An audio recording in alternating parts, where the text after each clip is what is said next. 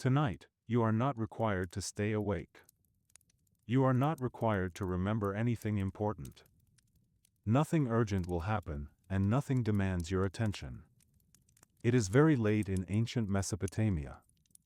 You are welcome to drift in and out of this story, to let whole pieces of it dissolve and vanish while you rest. If your eyes begin to close, you can let them. If your thoughts wander away from the words, that is not a mistake. That is the whole point. Night will go on gently without you, like the slow curve of the moon across the sky. The heat of the day has already slipped away into the high, dark vault of the heavens. What is left of it clings only as a memory to the earth and brick, a faint echo of warmth hiding in the deepest cracks of the city walls, in the stones of thresholds, in the bones of people who have already laid themselves down to rest. The sky above you is not the hard, bleached bowl of midday anymore. It is wide and soft and dark, a great overturned vessel of deep blue that has slowly, slowly thickened into velvet black. If your mind tries to picture the day that came before this night, it does not need to be precise. You might imagine blazing light on the open plain, dust rising in pale clouds behind carts, river water flashing bright against brown banks. But all of that is very far behind now. The day has been gathered away, folded in on itself, and placed somewhere beyond the horizon, leaving only this cool, quiet expanse overhead. Far below that sky, on the southern plain where the Euphrates bends and spreads its waters, the city of Ur lies quiet, its streets nearly empty, its doors bolted, its courtyards filling with shadow. The straight lines of the streets have softened in the dark. Corners that once held the clatter of trade, the calls of vendors, the passing of oxen and donkeys, now hold only emptiness and the faint echoes of footsteps that have already gone home. Clay doors are closed and barred from within. Wooden beams rest against their brackets. In some houses, a last low murmur filters up through the flat roofs as families settle, finishing quiet conversations, arranging reed mats. In many others, even that has faded. Breath and sleep are the only movements left inside. Above all the clustered roofs, above the silent alleys and sleeping courtyards, something rises, a stepped mountain made of brick, layer upon layer, climbing calmly into the night. It does not leap up, it does not loom aggressively. It simply stands, as it has stood for years and years, each course of brick resting patiently on the one beneath it. The great ziggurat of the moon god stands there, a man-made hill of clay and fired brick, its base wide, its summit narrow, its edges softened by time. At its top is the sacred house of Nana, whom others call Sin, the moon himself, patron of this city. The structure feels both weighty and strangely light, immense in substance, but so familiar to the people of Ur that it has become part of the landscape of their minds, as ordinary and necessary as the river and the horizon. From where you stand, at the edge of the temple district, you can see the ziggurat's dark mass outlined against the sky, a simple shape cutting into a sea of stars. The stepped sides fade into shadow, but their rhythm is still visible: rise, rest, rise again, all the way to the small, temple-like form at the top. At its shoulder hangs a bright, nearly full moon, so pale and precise that it seems to rest directly on the temple's upper platform, as if the god has lowered himself to sit upon his own house for the night. For a moment, you might simply stand and look at that pairing, brick and light, earth and sky, without needing to name anything. The outline of the ziggurat, the clean white of the moon, the scattered pinpoints of stars, together they make a quiet, steady picture, something your eyes can rest on and your thoughts can drift through without effort. The air is cool, but not cold. It rests lightly on your skin, wrapping you without pressing. Where it brushes the back of your neck and the inside of your wrists, it feels especially pleasant, like the lingering touch of water that has had time to dry. When you draw it into your lungs, it comes clean and easy, without dust. It carries the faint odor of river mud, of dust, and of bricks slowly releasing its stored heat. If you notice carefully, there is also a trace of something vegetal in it: reeds, perhaps, or the ghost of crushed herbs from some cooking fire that has already gone out. The scent is thin and gentle, so that you have to choose to notice it. It does not insist. Around you, mud brick walls loom high and blank, their tops edged by the silhouettes of rooftop stair rails and jar rims. In the day, these walls would be the color of baked earth and sun. Now they are reduced to shapes, to planes of soft darkness. The line of a stair rail is only a slightly deeper black against the sky. The rounded shoulder of a large storage jar sits like a quiet guardian above a roofline, catching just enough of the moon's glow to outline its curve. A single torch burns in a wall bracket by the temple gate, its light small but steady, glimmering on a bronze door band, catching the silver of a hammered crescent nailed above the entrance. The flame does not roar or whip about. It flutters only in tiny, almost invisible movements, its base a deep orange, its tip fading to a pale, trembling yellow. Sometimes the light touches a piece of grit in the plaster and makes it sparkle for a heartbeat before letting it fall back into shadow. You walk closer. Each step on the packed earth is soft, almost soundless. The soles of your feet press into the powdery surface and release it, leaving prints that no one will see clearly in this light and that the next day's wind or foot traffic will gently erase.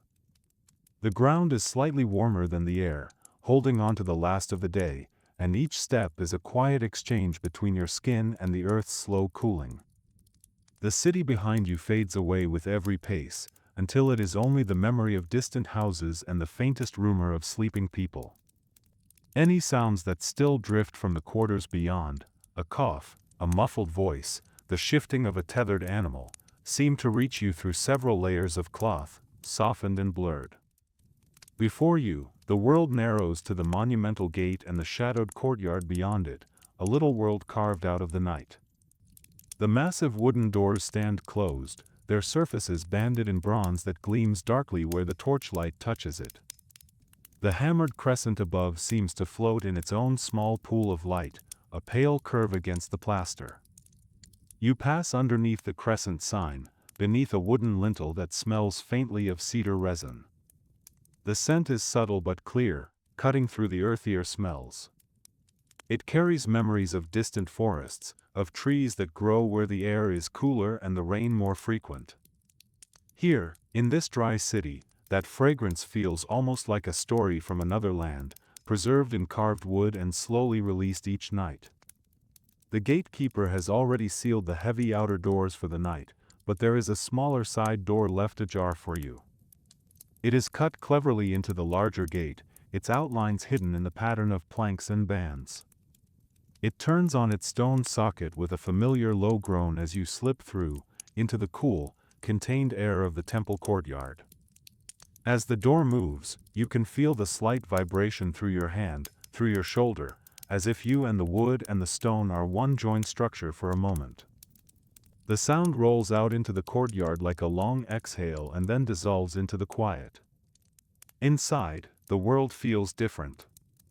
The sounds of the city are cut off, leaving only the small, intimate noises of this enclosed place, the drip of water somewhere, the distant clink of a vessel in a kitchen, the soft bleat of a restless goat penned near a wall. Each sound is small on its own, but together they weave a gentle, domestic tapestry, the kind of sound that belongs to a place that knows its own night. The courtyard is paved in baked brick and stamped clay, sloping gently to a central drain. The bricks have slight variations in color, some a deeper red, some a paler tan, and the seams between them form a quiet pattern beneath your feet. Where the slope turns down toward the drain, you can see a faint, darker trail, where countless rinsings and washings have persuaded water always to take the same path. Whitewashed mud brick walls rise around you, their pale surfaces bathed in moonlight that spills in from above.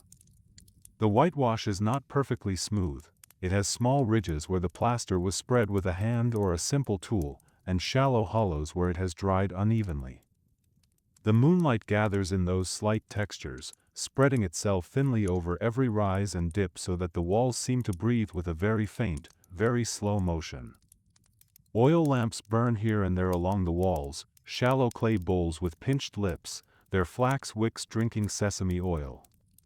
Their light is small and golden, but the white plaster gathers it and returns it, so that even the corners feel softly luminous. The lamps are set into little niches, some plain, some decorated with simple incisions. In one, a faint soot halo marks where earlier lamps have burned, layering the memory of many nights.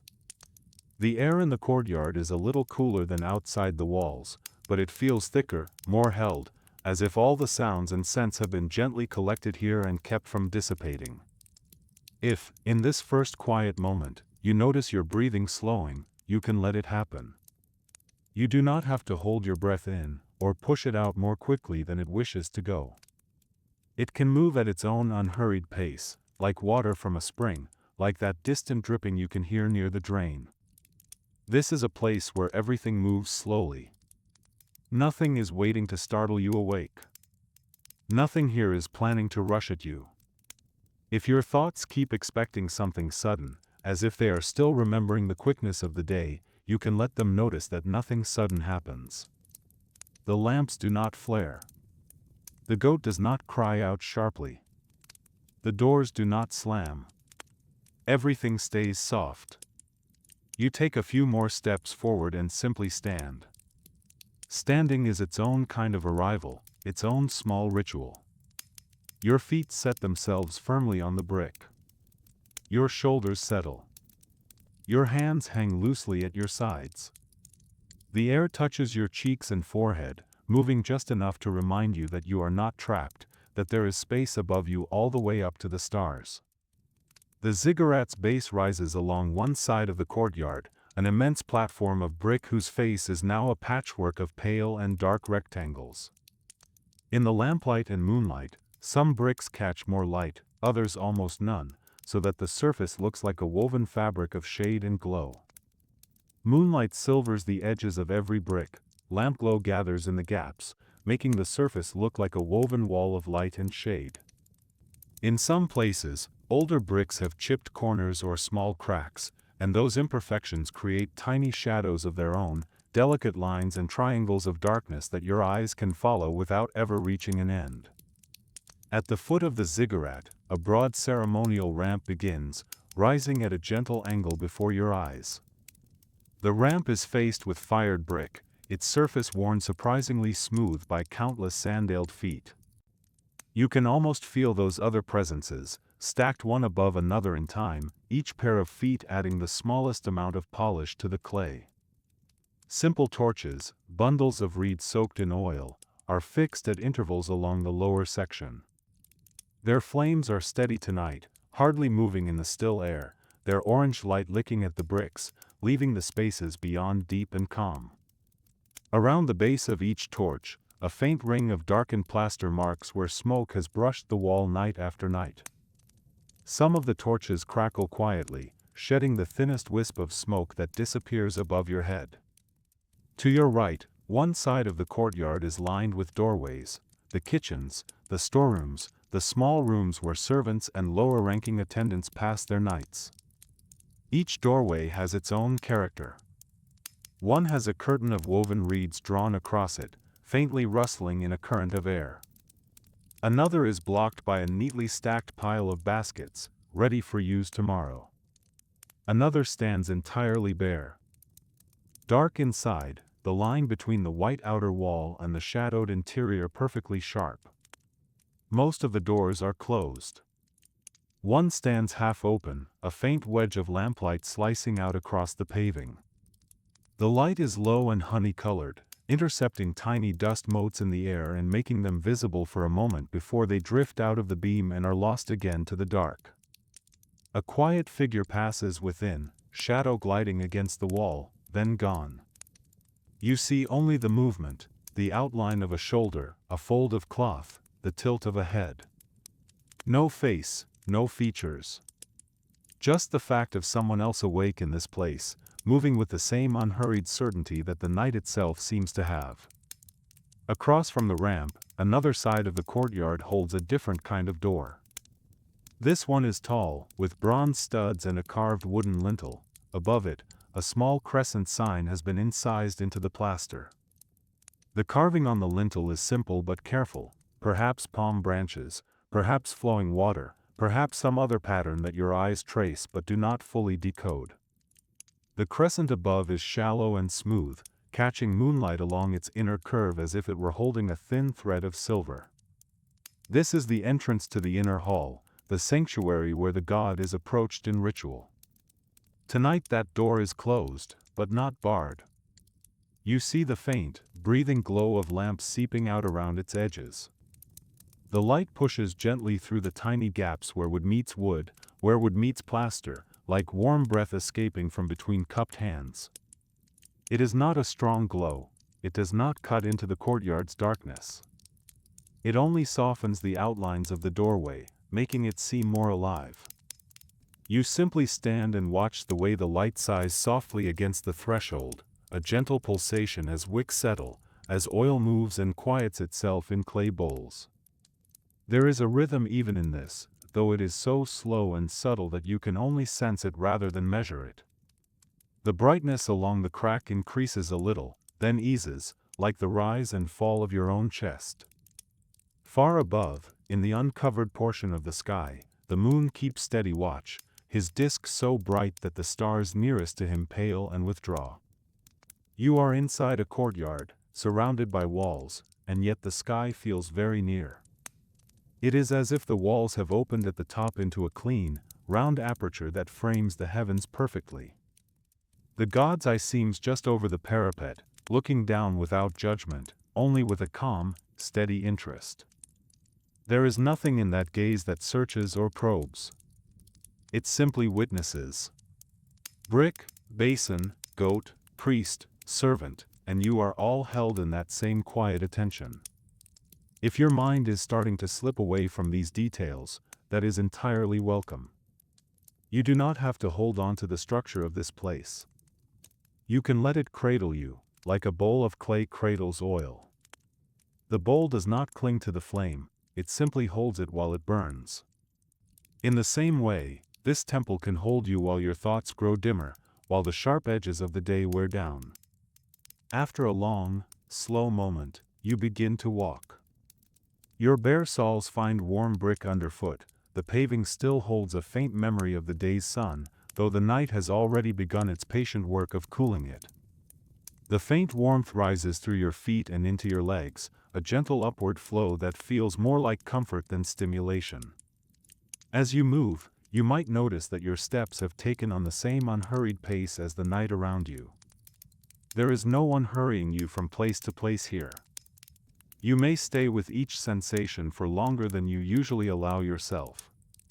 You cross the courtyard toward a small basin set into the ground near the drain. From a copper spout, a thin thread of water pours continuously into the stone-lined pool, fed by some hidden channel that steals water from the river beyond the walls. The copper has darkened over time, only along its lip does a thin line of metal still shine where water has polished it day after day. Each drop catches lamp and moonlight in turn, flashing briefly like an eye before it disappears into the little pool. The pool's surface is rarely quite still. Tiny ripples travel outward from the place where water enters, moving in widening rings until they meet the curved stone edge and slide back, overlapping, blending, fading. The sound is soft and constant, a murmur that fills the silence without disturbing it. It is quieter than a spoken word, quieter even than a whisper, and yet, because it does not stop, it becomes a kind of background song to everything else in the courtyard. You kneel. The stone lip is cool beneath your fingers. Its surface has been smoothed by countless other hands that have rested where yours now rest. In some places it is almost silky, in others, small pits and nicks remain, giving your fingertips something to explore. You cup water into your hands and pour it over your feet, as the priests do before they approach the inner space. The water is cool, almost cold compared to the warm brick, and the dust and fine grit of the day runs away in tiny rivulets, into the drain, into deeper channels, back toward the river. You might notice the sensations one by one. First, the shock of coolness against warm skin. Then the thin, delicate weight of the water itself, clinging between your toes before letting go. Then the relief as the last grains of dust release their hold and are pulled along, leaving clean lines of skin behind. Rising, your feet feel clean, light, a little more awake, but in a very quiet way, the wakefulness of someone getting ready to lie down, not to rise. It is a low, soft alertness, the kind that makes you more aware of comfort, not less. The sanctuary door stands before you now. Its wooden planks are thick and dark, polished here and there by countless hands pushing and pulling. You can see those polished places glimmer faintly in the half-light, like gentle highlights on well-worn bone. Between the planks, narrow seams frame the warm glow that leaks through. You rest your palm against it, feeling the faint grain beneath your skin, and then press gently. The door leans inward with its habitual groan, the sound low and resonant, as if the building itself were murmuring in its sleep. The vibration travels up your arm and into your chest, a dull, steady note that fades only slowly after the door has fully opened. You enter the inner hall. Inside, the air is stiller, cooler. The walls are thick, double layers of mud brick plastered smooth. There are no windows here, only the dim, carefully tended light of lamps. The outside world, with its open sky and distant river, has been replaced by a contained, sheltered space, like the inside of a cupped hand. 3 of the lamps stand upon the altar at the far end of the chamber, their flames steady, their reflections trembling in oil, in bronze, in the polished, slightly dished surface of the gypsum slab. The light from these 3 is enough to create many reflections, on the offerings, on the curve of a metal bowl, on the pale edges of carved stone, each reflection a smaller, softer echo of the original flames. The ceiling beams are palm trunks crossed with smaller branches, all hidden under neat layers of plaster. They descend low enough that the lamplight makes their pale underbellies glow, the shadows between them soft and dark, like places where sleep gathers. If you look up, you see not a flat surface but a rhythm of light and shadow, beam and gap, like slow breathing across the roof. You breathe in. The air here smells of sesame oil, of tamarisk incense, of old, cooled smoke and gypsum dust. Each breath draws these scents gently into you, not as sharp, separate notes, but as one blended atmosphere that seems to say, quietly, this is a place where fire has burned, where offerings have been made, where people have come with their concerns and then left them here. A faint sour-sweet trace of goat's milk lingers from an offering bowl on the altar. Behind it, a small pile of dates glows dull and brown in the lamplight. Their skins shine a little, catching the light in curved glints. The milk has formed a thin skin on its surface, a delicate layer that has begun to wrinkle as it cools. You move forward slowly. The floor is smooth plaster, cool enough that you notice it immediately. Each step is a quiet surprise, a soft meeting of the warmth of your body with the held coolness of the earth. Where your feet press down, there is the faintest suggestion of moisture in the air near the ground, as if the plaster remembers water from long ago.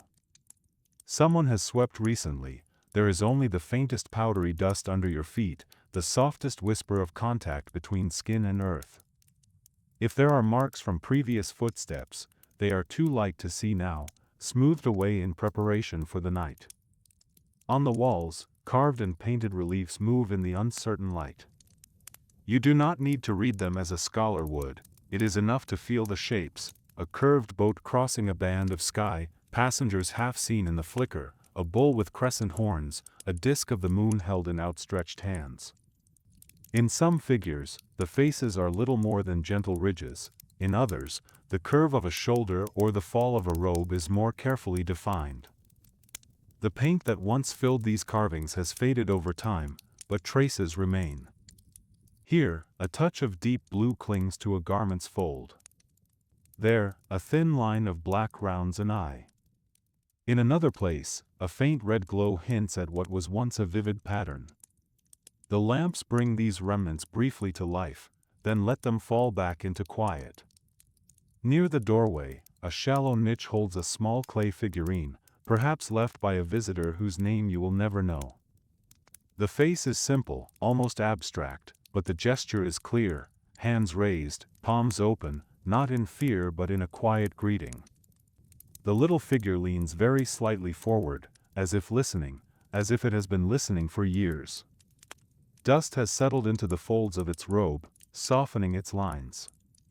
A thin crack runs down one side, not enough to break it, just enough to show that time has touched it gently. The hall is empty of people now. The rituals for the first part of the night are over. The god has been offered bread and milk and sweet-smelling smoke. You can almost imagine how the smoke must have drifted upward earlier, drawing slow lines through the lamplight, carrying prayers in its fragrant curve before dissolving into the beams. This is the interval between obligations, the long quiet stretch when only a few watchful priests remain awake, tending lamps, listening to the breath of the building. Their presence is felt more than seen, in the trimmed wicks, in the properly placed vessels, in the absence of clutter. If your own breath has grown slower, you can simply notice it. No need to change anything. The air moves in and out, like the lazy sway of a hanging lamp cord. You might feel your chest rise and fall with the same unhurried rhythm as the flames, as if some agreement has been made between your body and the room. At the far end of the hall, beyond the altar, a small doorway leads to a side chamber. You step through, ducking slightly, and find yourself in a narrower space where the roof feels lower, the walls closer. Your shoulders instinctively draw in a little, not from fear, but in recognition of a more intimate scale. It is a kind of treasury, but not one filled with glitter. Here the god's tools and vessels rest when they are not being used, bronze bowls turned upside down, reed baskets stacked one inside another, folded linen laid neatly in piles. The bronze bowls are dim in this light, their surfaces dull with a fine layer of age.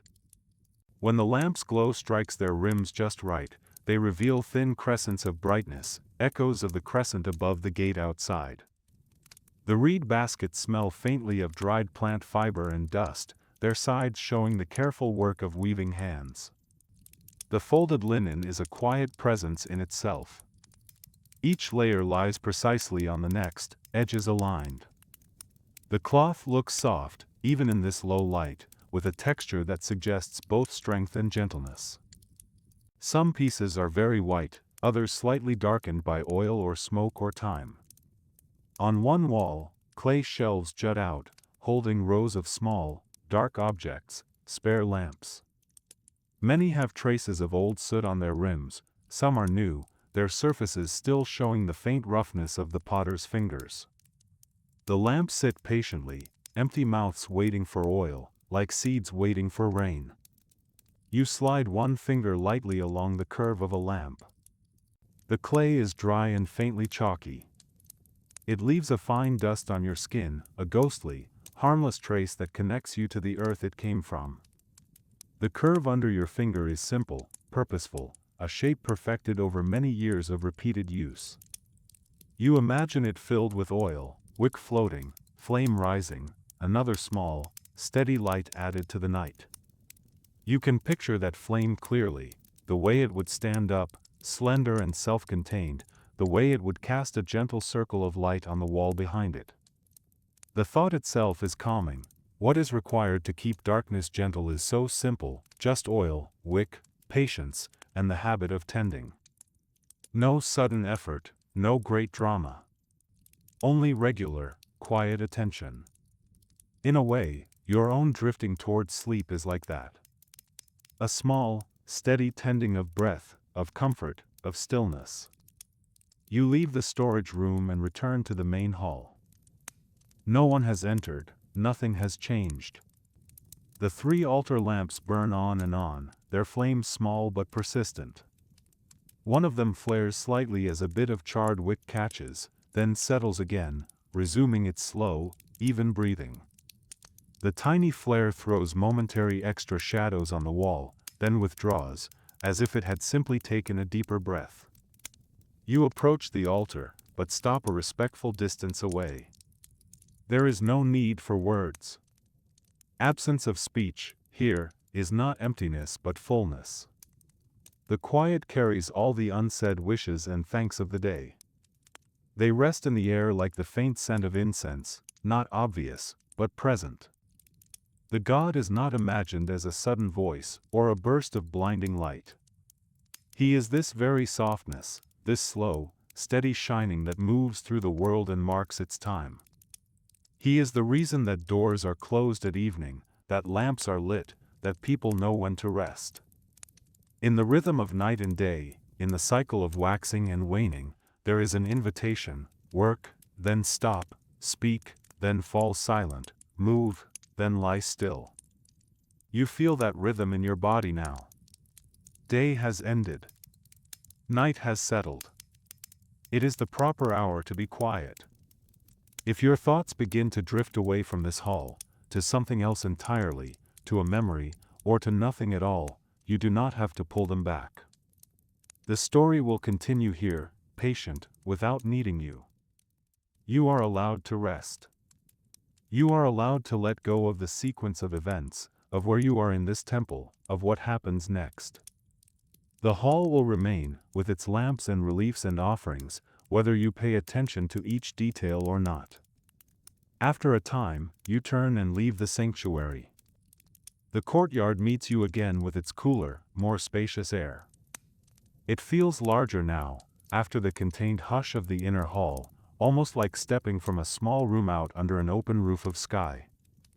The sky above is even higher now, or seems to be. Perhaps the moon has climbed further, pulling the stars with it.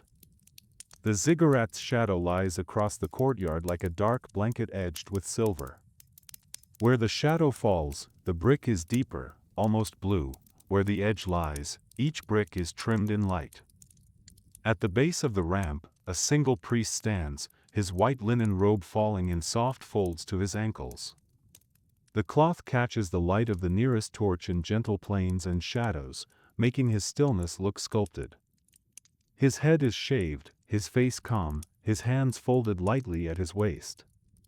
He is not stiff. There is a softness even in his posture, a sense that he could stand here for a long time without strain, like a tree that has grown exactly where it needs to be. He glances at you without surprise. You are simply another presence in a place that has seen many, many nights. His eyes pass over you the way they might pass over the basin, the lamps, the gate, calmly, acknowledging, without question. He turns and begins to walk up the ramp. His bare feet make no sound on the brick. The folds of his robe sway very slightly with each step, tracing a slow pattern against the dark mass of the ziggurat. You follow at a distance, feeling the incline under your soles, feeling the slow change in the air as you rise above the courtyard. Each step lifts you a little further from the small noises below and a little closer to the open sky. The ramp curves gently, guiding you counterclockwise around the bulk of the ziggurat. To your left, the brick wall rises, its surface close enough to touch, still faintly warm on the side that caught the day's sun. You can, if you wish, let your fingers brush it as you walk, feeling the alternating smoothness and roughness of individual bricks and mortar lines. To your right, the world falls away in shallow steps, the lower terraces, the roofs of temple outbuildings, the roofs of the city beyond. The familiar shapes of ships at the river's edge, the long lines of streets, the patterns of courtyards begin to flatten into a gentler, more abstract map beneath you. Torches fixed into the outer parapet burn with taller, rougher flames than the tiny lamps below. Each one creates a little island of light and warmth, its smoke climbing in straight lines into the still air before faint currents of wind erase it.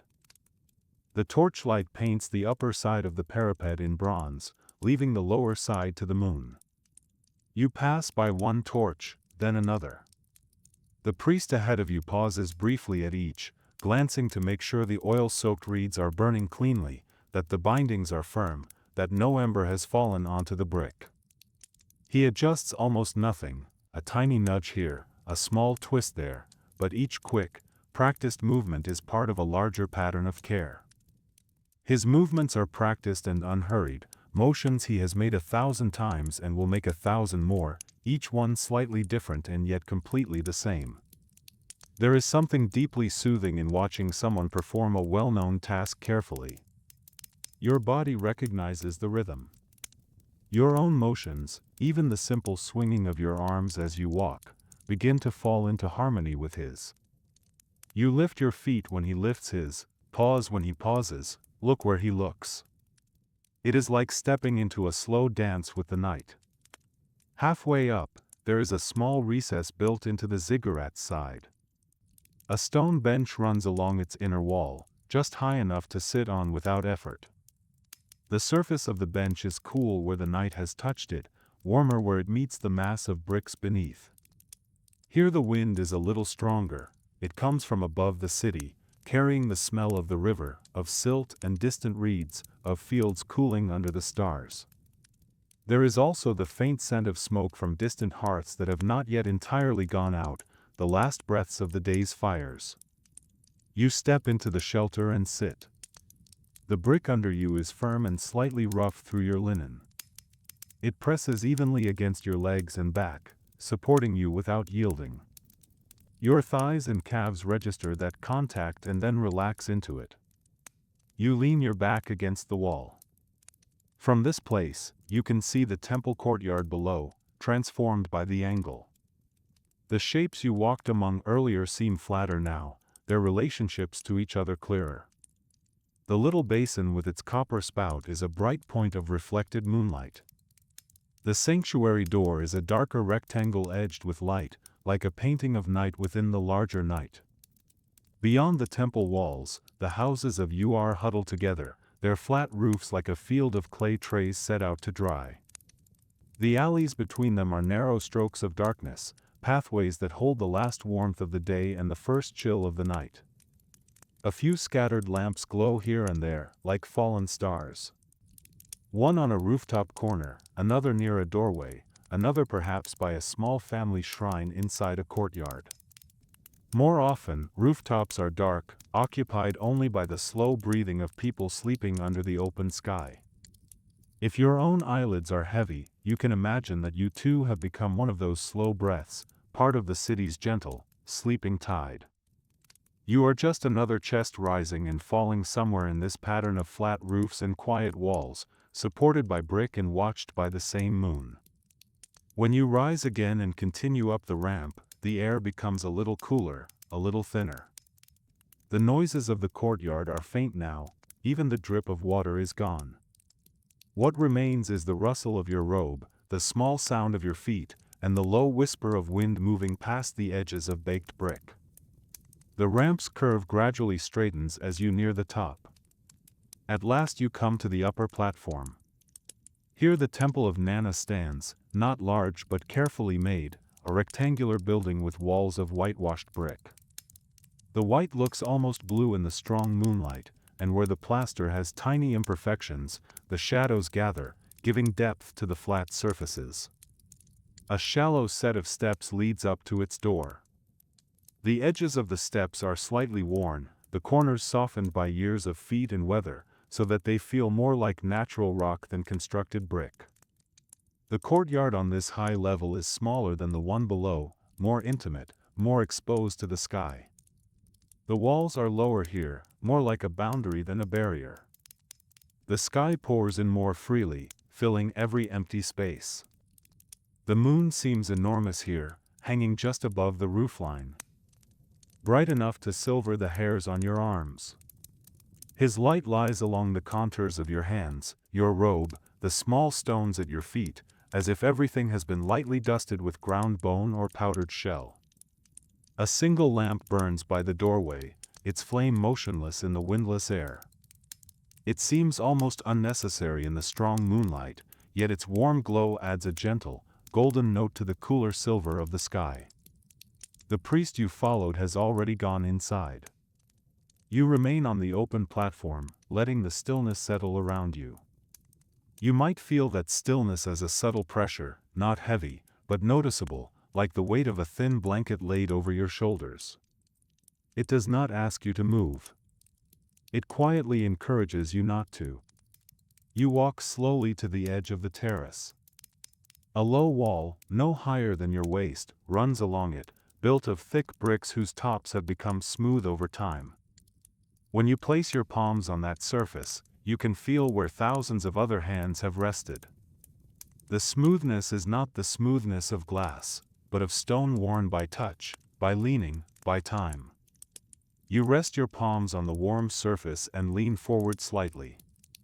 From here, UR spreads beneath you like a map.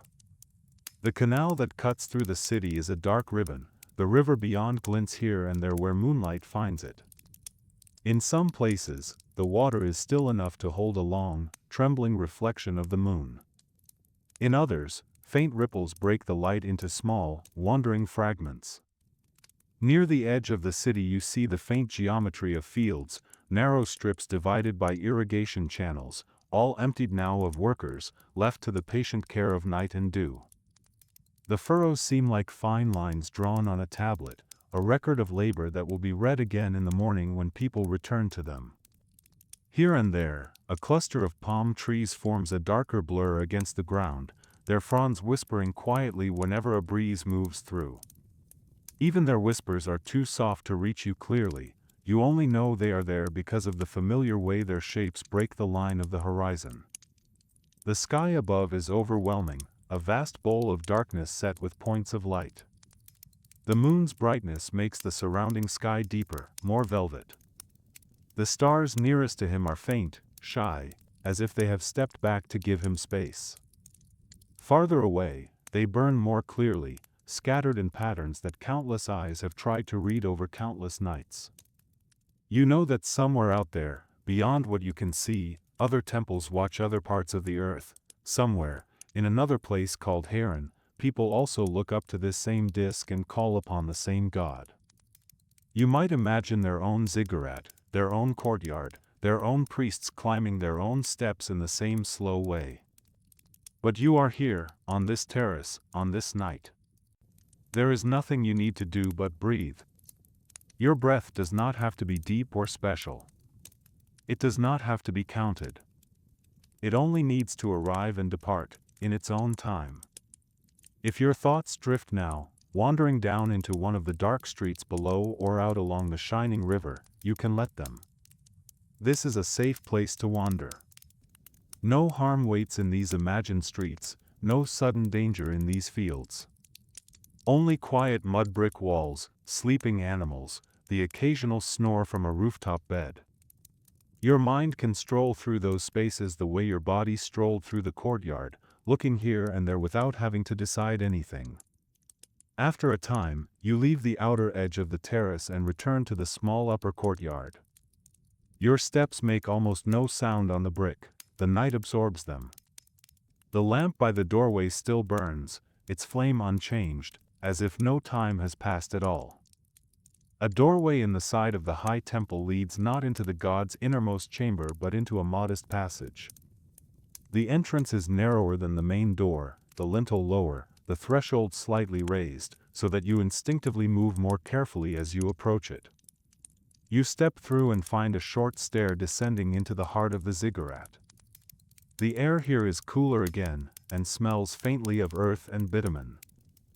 A memory of the materials from which this great structure was made rises up to greet you: clay dug, shaped, dried, fired, bitumen melted and spread, straw and reeds mixed in to strengthen the bricks. It is like stepping into the body of the building itself. Small niches in the wall hold tiny lamps at intervals, their flames protected from the faint draft by clay lips. Their combined light is enough to outline each step, to keep you from stumbling, but not enough to banish shadow. The shadows gather in the corners of each step, in the places where the wall and the stair meet, in the hollow of each tread. They do not feel threatening. They feel like folded cloth, like resting wings. The walls feel close yet reassuring, as if the bricks themselves were aware of your passage, of your weight pressing firmly upon them, of your slow, careful breathing. When you place your hand lightly against the wall, you can imagine that the warmth of your palm passes a little way into the brick, joining the warmth of all the other hands that have supported themselves here on other nights. The stair turns and turns again, leading you down into another part of the temple complex, the upper priest's quarters, tucked into the body of the terrace like hollow bones. At each turn, the angle of the light changes slightly. Sometimes a lamp's glow falls across your feet. Sometimes it falls across your shoulder or hand. Sometimes you are between lamps, and for a few quiet steps you travel mostly by feel, trusting the regular rise and fall of the treads. You emerge into a narrow corridor. On either side, doorways open into small rooms, each one about the size of a generous outstretched embrace. The corridor itself is just wide enough for two people to pass if they turn sideways and smile in recognition. The ceiling is low enough that you can sense it just above your head, not pressing, but present. A few doors stand open, you can see the simple interiors within. Each room contains a reed mat spread on the floor, a low wooden stand for a lamp, perhaps a small niche for a personal amulet or household figurine. The mats are neatly placed, their woven lines running straight. The wooden stands show the marks of use, their surfaces worn smooth where lamps have been set down and lifted up many times. The walls are bare except for the occasional discoloration of smoke or the faint impression of something once hung there and removed. In one place, a darker oval suggests where a small plaque once rested. In another, a faint, vertical smudge shows where countless fingers might have touched the wall on their way in or out. A high slit window, little more than an opening in the wall, lets in a tiny rectangle of moonlight. The light that comes through is sharp-edged and pale, cutting a bright stripe on the opposite wall or floor. Dust dances lazily in that beam, visible only when it turns at the right angle. Someone has lit lamps in every third or fourth room, leaving the others dark. The effect is like walking through a pattern of glow and shadow, light and rest. One doorway offers you a golden circle of lamplight on reed mat and plaster. The next offers you only cool, gray darkness. Then light again. Then dark again. You step into one of these lit rooms and sit on the reed mat. The mat yields slightly under your weight, the woven reeds creaking softly, then settling. The fibers are dry but not harsh, they feel familiar against the soles of your feet, against the palms of your hands where you lean back.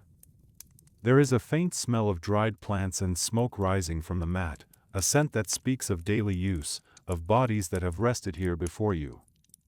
The lamp on the wooden ledge beside you is a simple clay bowl, its surface blackened around the spout by many nights of flame. The soot has built up unevenly, making small glossy ridges in some places, soft matte smears in others. Inside, oil trembles in a shallow pool, reflecting a tiny, vertically stretched image of the wick. When the flame moves, that reflection moves too, a thin bright line bending and straightening. The wick itself burns with a steady, patient flame. Its light paints a small circle on the plastered wall, which fades quickly into gray, then into darkness at the edges of your vision. Within that circle, every irregularity of the plaster becomes visible, a tiny bump, a hairline crack, a place where the trowel left a faint curve. You lie down on the mat, carefully, feeling the way your muscles release one by one as you lower your head, your shoulders, your back, your legs. Your spine lengthens slightly as it settles. Your shoulder blades find the mat and rest there. Your heels sink into the reeds just enough to feel supported without pressure. Your hands come to rest wherever they wish, at your sides, on your belly, folded lightly, and once they have found that place, they no longer feel the need to move. For a moment you simply listen. You hear almost nothing. Perhaps the faint breath of someone sleeping in a neighboring room.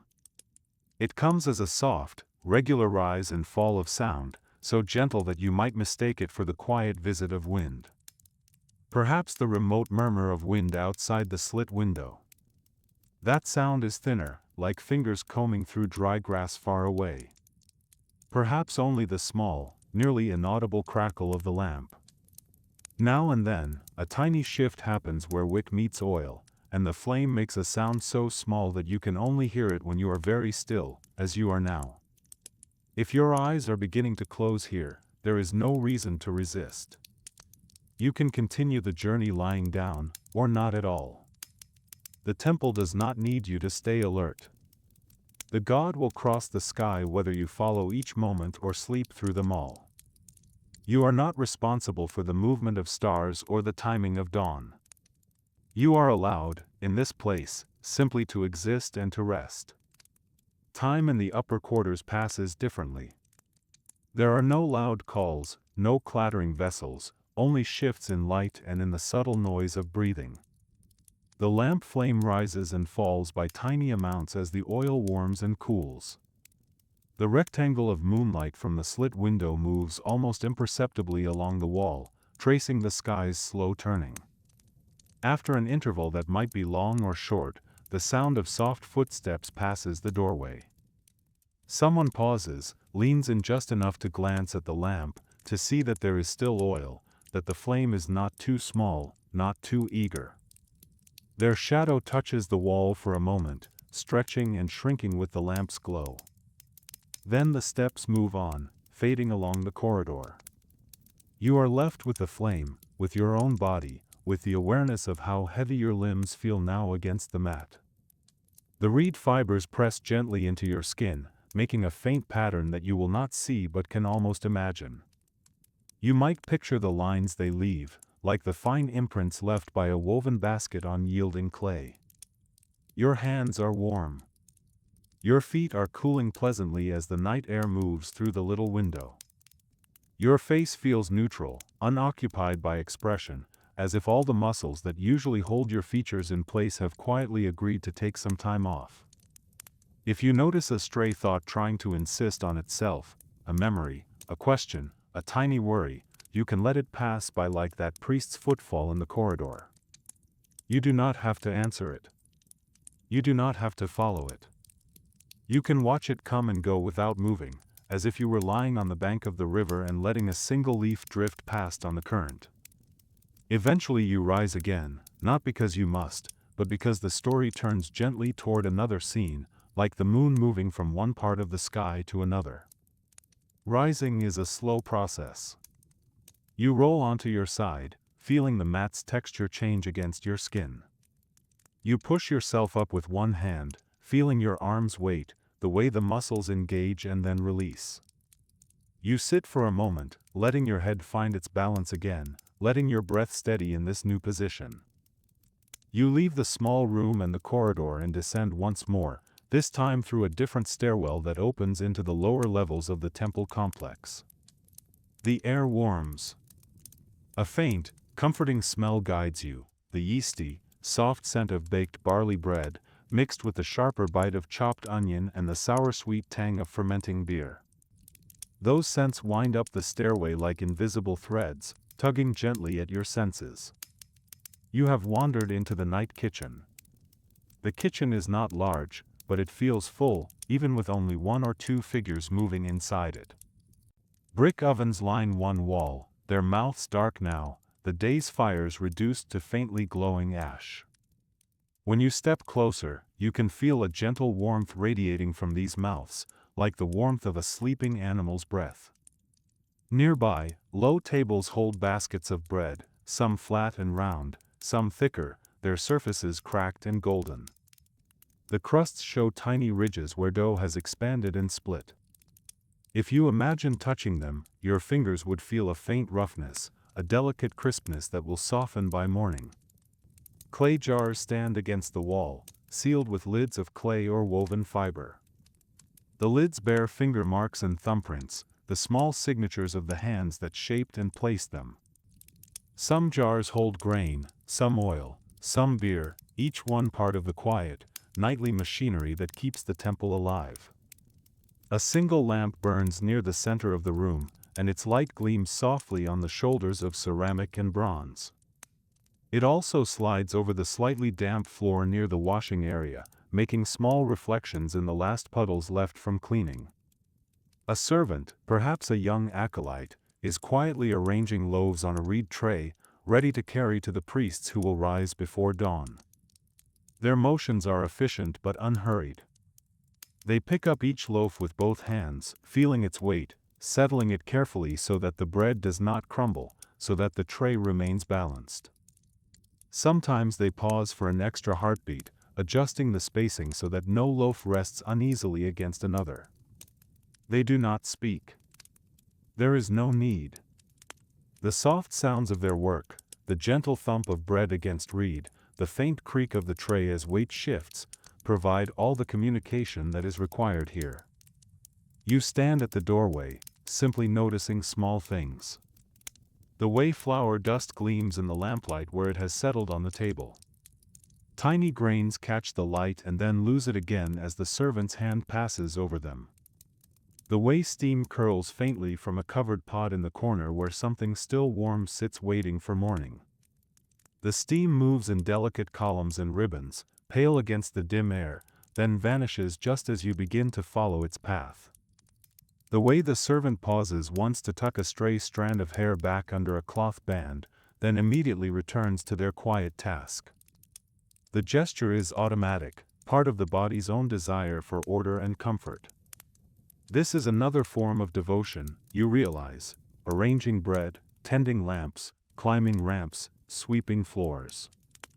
All of it shapes the night into a place where others can rest safely. Each modest action contributes to a larger peace. The night does not become calm on its own, it is made calm by many such small, careful movements. If your own body wants to rest now, it is welcome. You may imagine the taste of warm bread and cool, slightly sour beer on your tongue, and let that simple comfort carry you further towards sleep. The bread's softness, the beer's gentle bite, the way they fill hunger without heaviness, all of that can be felt without anything actually touching your lips. You do not have to imagine anything more complex than that.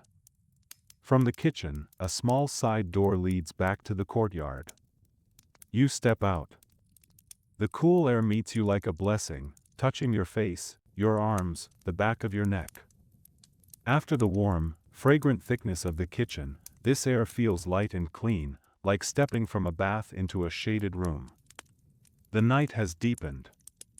The moon has journeyed further along his path, tilting slightly, his light now striking the ziggurat from a different angle. Shadows have changed shape. The courtyard's far wall is darker now, the basin's water is a brighter spark. At the gate, the night watchman leans against the doorpost, his spear resting upright beside him, its bronze tip catching a thin line of light. He is not tense. His posture is loose, almost casual, a man who knows that danger is distant, that his task tonight is largely to be a living symbol at the boundary, a reminder that this is a cared-for place. From time to time he reaches out and touches the door latch, feeling its firm, familiar resistance. The latch answers each touch with the same soft, solid weight, neither stiff nor loose. From time to time he lifts his eyes to the moon and counts a few stars without really caring if he gets the number the same each time. The counting is not about accuracy, it is about rhythm, about giving his own thoughts something simple and gentle to do. You walk slowly along the courtyard's perimeter. Under your hand, the plastered wall alternates between smooth and slightly rough patches, places where time has worn it differently, where hands and shoulders have brushed more often. In one place, your fingers glide easily. In another, they catch slightly on a grain of sand embedded in the plaster. Here and there, faint graffiti carved by some long ago hand catches your fingertips, a simple crescent, a name, a line. The incisions are shallow, sometimes filled in with dust, but still present, the quiet records of people who wanted to leave a mark that would outlast a single night's sleep. You come to a small side gate that leads out of the main temple compound, not to the city streets but to a narrow lane running between the outer wall and a lower terrace. The gate is half open. You slip through and find yourself in a quiet passage. On one side, the towering wall of the temple rises, blank and massive. It feels different from inside the courtyard, more austere, more like a cliff. On the other, A lower wall runs along the edge of a drop that leads down toward the river plain. The breeze is a little stronger here, unobstructed by buildings. It carries the cool, slightly metallic smell of water and the faint rustle of reeds. There is also a hint of damp earth, of places where the river has recently risen and then fallen again, leaving dark, rich mud behind. You walk toward the river. The lane gradually becomes a gentle slope, the packed earth changing under your feet as it picks up silt and fine sand. The surface becomes softer, looser, a little cooler. Your toes sink slightly with each step, leaving clearer prints than before. The city falls away behind you, the ziggurat remains visible over your shoulder, its mass a comforting anchor. Even as the walls and houses disappear from view, that shape stays, a quiet assurance that you can find your way back whenever you wish. You do not go far. Just enough to see the dark line of the Euphrates where it moves past the city, its surface occasionally catching moonlight in long, shifting smiles. The river is wide and patient. It does not rush. It flows with the confidence of something that has been making the same journey for a very long time. A narrow strip of bank separates you from the water. Here, low scrub and reeds lean slightly as the breeze plays over them. Their thin leaves make a soft, continuous hiss, like distant whispering that never quite resolves into words. A frog calls once, then falls silent. Far on the opposite bank, a dog barks briefly and is quiet again. It is not absolute stillness, but an enormous, steady quiet, the rest of a landscape that has learned, over long ages, to accept the rhythm of sun and moon without resistance. The river does not argue with the moon about when to shine. The reeds do not resist the wind. They simply respond and then return to rest. If your mind starts to thin out here, becoming less filled with images and more with a simple, pleasant haze, you can let it. You do not have to hold on to the temple, or the city, or the river. You do not have to follow the god's path across the sky. Your own path is downward now, toward soft and heavy sleep. When you turn back toward the temple, the way seems shorter. Your body knows the slope. It knows where to place each foot, how to lean into the incline. You do not have to think about it, your legs simply carry you, adjusting automatically to each small change in the ground. You return to the lane, the side gate, the courtyard, as easily as you might turn over on your mat. The lamps are burning a little lower now, some have been extinguished deliberately, their oil conserved, their wicks trimmed. The remaining flames burn more quietly, less eager, smaller, but still clear. The priests will rise before dawn to perform the first rituals of a new day. But for now, most of them sleep. You can imagine them in their small rooms, shaved heads resting on folded arms, breaths deep and slow, hands still faintly scented with incense and oil. Their dreams, if they have them, are probably simple: the feel of cool water, the sound of chanting, the sight of the moon through a courtyard opening. Sleep here is not an escape from duty. It is part of duty, part of the measured pattern of service to a God whose very nature is rhythm. The resting of the body is as necessary as the lighting of lamps, as the offering of bread, as the recitation of hymns. You, too, are part of that rhythm for as long as you wish. If your eyes are heavy, you may close them completely now. If you have been following every detail, you can give yourself permission to stop. Let the temple continue its quiet life without you. Let the moon keep moving. Let the river keep flowing, unseen. Still, if you choose to remain just a little longer, you can return to the upper quarters in your mind. You climb the ramp again in only a single breath, as dream steps often compress space and time. The torches flicker once as you pass and then are behind you. The small room with the reed mat welcomes you back. You lie down. The clay lamp on the ledge has burned lower, the pool of oil is a little shallower now, the flame slightly smaller, but still steady. Its light is enough to paint faint shadows on the wall, to outline the curve of your own hand where it rests by your side. You focus on that hand for a moment. You feel its weight. You feel the tiny pulse beating somewhere within it. You might notice the way the skin gently stretches and relaxes over bone with each heartbeat. Then you let your attention drift up your arm, noticing heaviness and warmth. Your forearm feels pleasantly solid against the mat. Your elbow is supported without strain. Your upper arm rests, its muscles softening. Your shoulders sink further into the mat. The back of your head yields to gravity, to rest.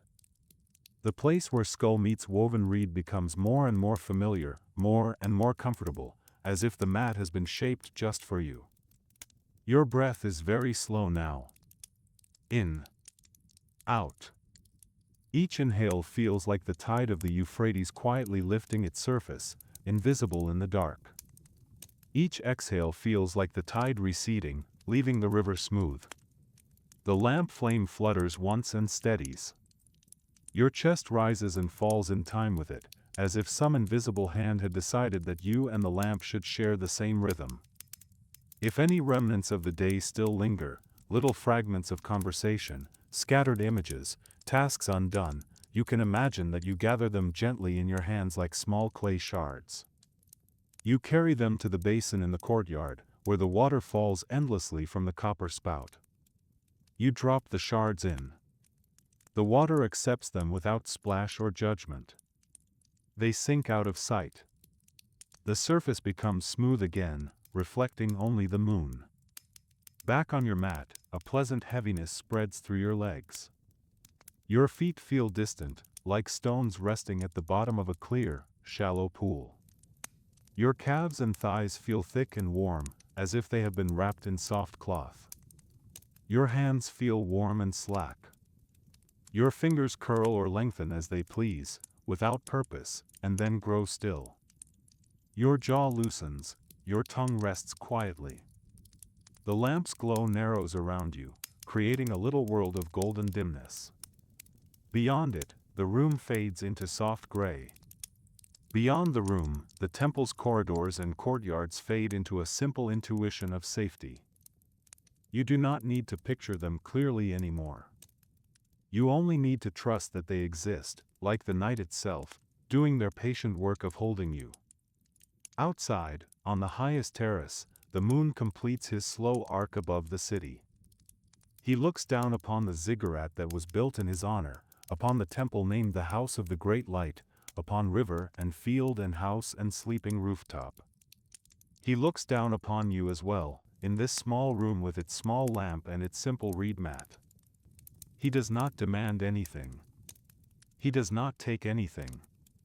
He simply shines, gently, impartially, the same way on brick and water, on priest and laborer, on clay tablet and bundled reed. His light reaches the edge of your mat, touches your resting hand, and remains there, a faint coolness that slowly, slowly blends into the warmth of your skin. You are very close to sleep now. Perhaps you have already slipped into it and these words are only echoing in its shallow upper layers. If so, that is perfect. If not, you can allow yourself to fall the rest of the way. There are no steps you must remember, no rituals you must perform. The temple keeps its own watch. The lamps have their own caretakers. The moon has his own path. All you need to do is lie here, in this imagined room within an ancient, sleeping temple, and feel the weight of your body supported completely. Feel your breath as a quiet tide. Feel your thoughts thinning, like incense smoke rising and fading into the night air. Nothing important will be lost if you sleep. The city of Ur will rest. The great ziggurat will stand. The moon will cross the sky and set, and in some bright, distant morning, someone will wake and light another lamp. For now, it is enough that you do nothing at all. You are safe here. You are held by the night, by clay and brick and gentle starlight. You are already drifting. You can let go completely now.